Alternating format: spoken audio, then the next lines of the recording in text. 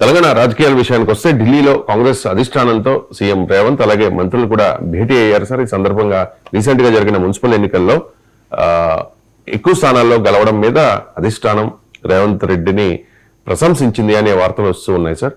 And ఎంఐఎంతో ఉన్న సఖ్యత మీద కూడా కొంత అప్రమత్తం చేసినట్టుగా వార్తలు వస్తూ ఉన్నాయి సార్. ఎంఐఎంతో జర భద్రము అని చెప్పి కాంగ్రెస్ హైకమాండ్ రేవంత్ కు చెప్పిందాడు సార్. ఎందుకు సార్ ఎంఐఎంతో జర భద్రం అన్నది ఎందుకు అంటే ఎంఐఎం ప్రమాదకరం అని కాదు.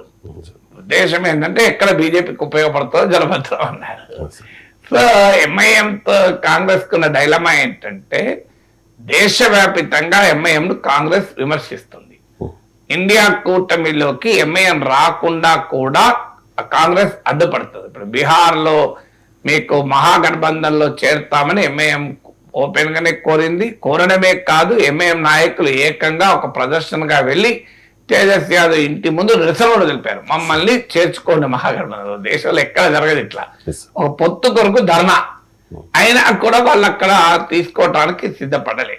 ఇది మీకు బీహార్లో జరిగింది.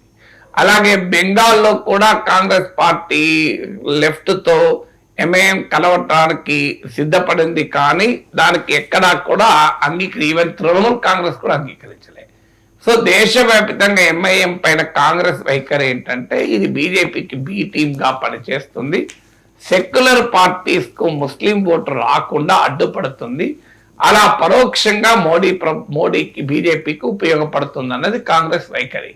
అందుకే దానికి రిటర్న్ గిఫ్ట్ గా ఓవైసీపై కానీ ఎంఐఎం నేతలపై కానీ వారికి సన్నిహితంగా ఉండే వ్యాపారులపై కానీ ఏ కేంద్ర సంస్థ ఎప్పుడు కేసు పెట్టలే. ఇంతవరకు ఈడీ, సిబిఐ, ఇన్కమ్ ట్యాక్స్ భారతదేశంలో ఉన్న ప్రతి ప్రతిపక్ష పార్టీని వేధించి వెంబడించే కేంద్ర సంస్థలు ఓవైసీ బ్రదర్స్ పై కానీ వారికి సన్నిహితులుగా ఉన్న నాయకులపై కానీ వ్యాపారులపై కానీ ఇంతవరకు లేదు కేసు. దట్ షోస్ సంథింగ్ కుచ్ అనేటువంటి అభిప్రాయానికి కారణం. ఇది కాంగ్రెస్ పార్టీ అందువల్ల ఎంఐఎం ను ఒక ట్రోజాన్ హార్స్ గా, ఒక మాయా గుర్రంగా భావిస్తూ వస్తుంది. సో ఇది ఎంఐఎం పట్ల కాంగ్రెస్ ఆల్ ఇండియా వైఖరి. రాష్ట్రానికి వచ్చే వరకు ఏంటంటే కాంగ్రెస్ పార్టీ ఎంఐఎం ఎప్పుడు అధికారంలో కాంగ్రెస్ ఉన్నా ఎంఐఎం మిత్రపక్షమే. మీకు ఉమ్మడి రాష్ట్రంలో 10 ఏళ్ల పాటు ఎక్సెప్ట్ కిరణ్ కుమార్ రెడ్డి టైం మినహా మిగతా టైంలంతా ఎంఐఎం మిత్రపక్షమే. తర్వాత ఎప్పుడైతే కాంగ్రెస్ పవర్ లో లేదో అప్పుడు మళ్ళీ బీఆర్ఎస్ మిత్రపక్షం అయింది. మళ్ళీ ఇప్పుడు కాంగ్రెస్ అధికారంలోకి వచ్చాక మళ్ళీ కాంగ్రెస్ మిత్రపక్షం అయింది. ఎందుకంటే అదొక అన్రిటర్న్ అండర్స్టాండింగ్. ఏంటి అంటే మీరు హైదరాబాద్ లో మీకున్న కోట మీకు వదిలేస్తాం, మిగతా తెలంగాణ అంతా మాకు పుల్లబెట్టకు అన్నది అగ్రిమెంట్.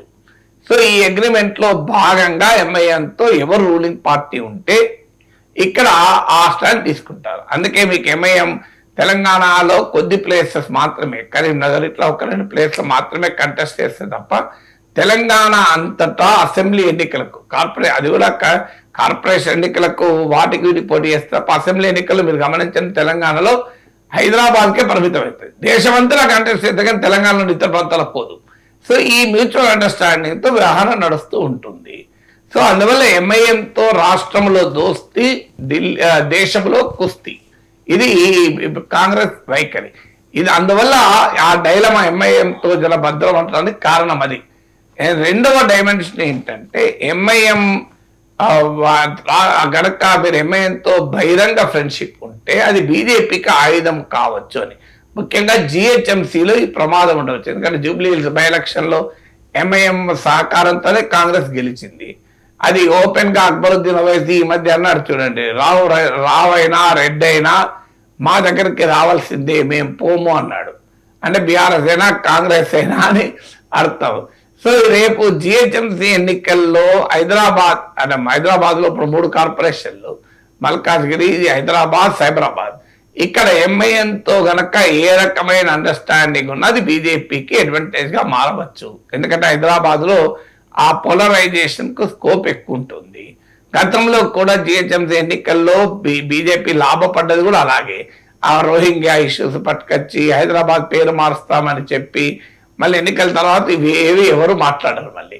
సో అందువల్ల బీజేపీ గేమ్ ప్లాన్ పట్ల అప్రమత్తంగా ఉండండి అనేది వాదన.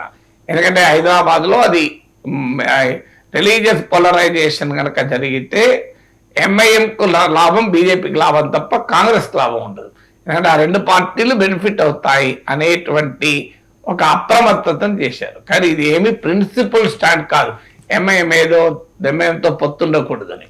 కానీ ఫండమెంటల్ క్వశ్చన్ ఏమొస్తుంది, బీజేపీని కమ్యూనల్ పార్టీ అనే సెక్యులర్ పార్టీస్, ఎంఐఎం మాత్రం కమ్యూనల్ పార్టీ అనదు. అది అభ్యంతరకరం. అదే బీజేపీ పెరుగుదల కారణమవుతుంది. మీరు బీఆర్ఎస్ బీజేపీతో మీరు ఎందుకు పొత్తు పెట్టుకోము అంటే మేము సెక్యులర్ పార్టీ అంటాడు. మరి సెక్యులర్ పార్టీ అప్పుడు ఎంఐఎంతో ఎట్లా అండర్స్టాండింగ్ ఉంటుంది? ఎంఐఎం మా మిత్రపక్షం కేసీఆర్ బహిరంగానే చెప్పాడు. అంటే ఎంఐఎం దాని పేర్లోనే ఉంది కదా, మజ్లిస్ ఇత్తహాదుల్ ముస్లిమీన్. ఇంకా బీజేపీ పేర్లో లేదు. భారతీయ హిందూ పార్టీ లేదు, బిహెచ్పి కాదు, అది బీజేపీ, భారతీయ జనతా పార్టీ. అసలు పేర్లోనే ఉంది. ఎంఐఎం చరిత్ర తెలుసు అందరికీ, కాసిం రజ్వీ నుంచి ఇప్పటి వరకు ఎంఐఎం స్టాండ్ తెలుసు. ఎంఐఎం ఇది నాన్ ముస్లిం పార్టీ. అలాంటప్పుడు అది మరి కమ్యూనల్ పార్టీ కాదు, బీజేపీ కమ్యూనల్ పార్టీ ఎట్లా అవుతుంది? అక్బరుద్దీన్ ఓవైసీ హిందూ దేవుళ్ల పైన చేసిన దుర్మార్గమైన వ్యాఖ్యలు తెలుసు.